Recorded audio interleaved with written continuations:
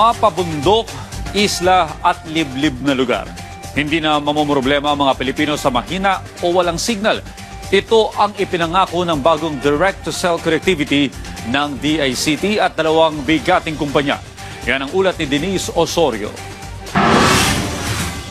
Mula Batanes hanggang Jolo, kahit walang cell tower, maaari pa rin tayong magkaroon ng signal. Ito ang pangako ng bagong direct-to-cell connectivity na ilulunsad ng Department of Information and Communications Technology, kasama ang pagpartner ng isa sa pinakamalaking telco networks at satellite internet provider. Sa pamamagitan ng teknolohiyang ito, ang karaniwang LTE o 4G mobile phone ay makaka-access ng tawag, text at data direkta mula sa satellite nang hindi na kailangan ng ibang device o karagdagang ground infrastructure. Ayon sa DICT, ang Pilipinas ang kauna-unahang bansa sa Southeast Asia na magpapatupad ng ganitong klaseng serbisyo kung saan ang mga low Earth orbit satellite ay nagsisilbing cell towers in space. Isa sa pinakamahalagang benepisyo nito ang disaster resilience, lalo na sa isang bansang madalas tamaan ng bagyo, lindol at iba pang mga kalamidad.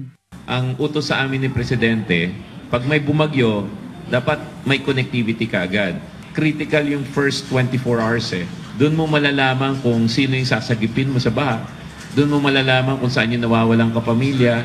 Nilinaw naman ng naturang telco na hindi nito papalitan ang mga kasalukuyang cell sites. Sa halip, magsisilbi itong pandagdag na koneksyon, lalo na sa mga lugar na mahirap o halos imposibleng tayuan ng cell tower, gaya ng malalayong isla, kabundukan at disaster-prone areas. Direct-to-cell technology is going to be complementary, right? It's a solution that we will be using to serve the unserved and the underserved. Now, once the terrestrial build-out happens, specifically the cell towers gets built in the areas that we wanted to go, then the priority of the devices will be on the cell sites, on the towers. Kapag nasira o naputol ang fiber lines o nawala ng kuryente matapos ang bagyo, maaari pa ring magsilbing lifeline ang direct-to-cell connectivity para sa mga residente at first responders. Gayon din kapag hindi na maasahan ang data connection o internet mula sa mga cell towers. Bukod sa mga first responders, ramdam na ramdam ng ating mga food delivery riders ang hirap ng pagkawala ng data o internet sa gitna ng bagyo. Ayon kay Aljay Palacios, mas malakas ang booking nila kapag bumabagyo, pero mas mahina naman ang signal.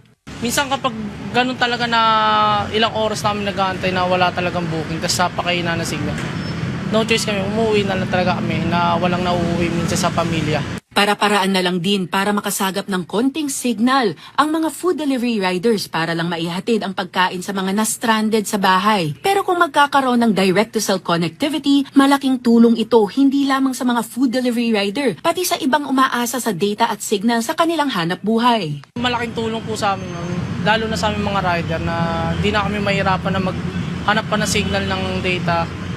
Ayun, sa panahon ng bagyo. Samantala, nilinaw ng telco na hindi na kailangan ng mahal na satellite phone para magamit ang serbisyo ng satellite internet. 4G capable na cellphone ay pwedeng-pwede. Inaasahan ang pagpapalaganap ng direct-to-cell service ngayong taon bago matapos ang ikalawang quarter, pagkatapos ng masusing testing sa ilang mga underserved at unserved areas para sa maayos na integration nito. Denise Osorio, para sa Pambansang TV, sa Bagong Pilipinas.